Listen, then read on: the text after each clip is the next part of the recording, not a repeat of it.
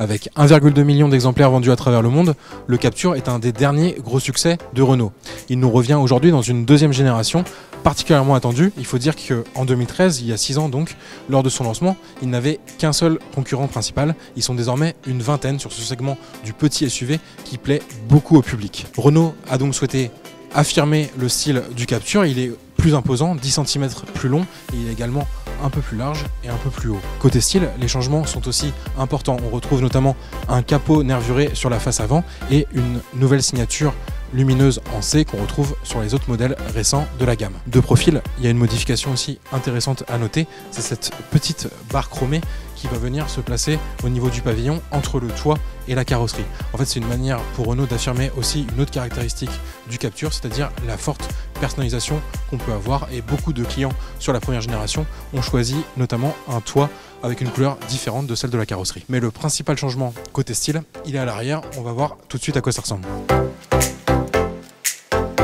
On découvre ainsi le nouveau dessin de l'arrière de ce Captur, largement modifié, notamment avec cette nouvelle signature lumineuse inédite. Mais si les changements ont été très importants donc à l'extérieur de ce véhicule, c'est aussi à l'intérieur que ça se passe.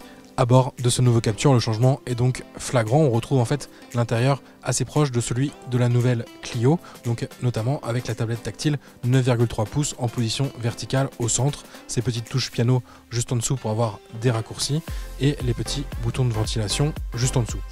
Derrière le volant, même chose, on retrouve un compteur numérique, le même que celui de la nouvelle Clio. La principale différence, elle va finalement se situer au niveau du levier de vitesse ici en version boîte automatique, puisqu'il permet d'avoir cette console en fait flottante avec un espace juste en dessous pour notamment glisser son téléphone avec la possibilité d'avoir de la recharge par induction. La principale différence aussi avec la nouvelle Clio, elle se situe au niveau du toit panoramique et ouvrant qui n'est pas disponible sur la Clio et donc on peut disposer ici sur Captur.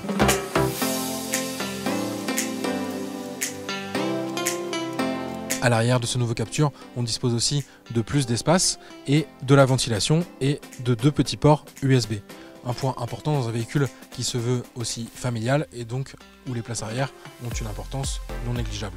Le volume de coffre est aussi en progression, il atteint 536 litres, soit 80 de plus que sur le premier Captur. Tous ces éléments font de ce véhicule un produit particulièrement attendu et donc on a vraiment hâte de l'essayer sur la route. Ce sera possible juste avant son lancement commercial prévu pour la fin d'année.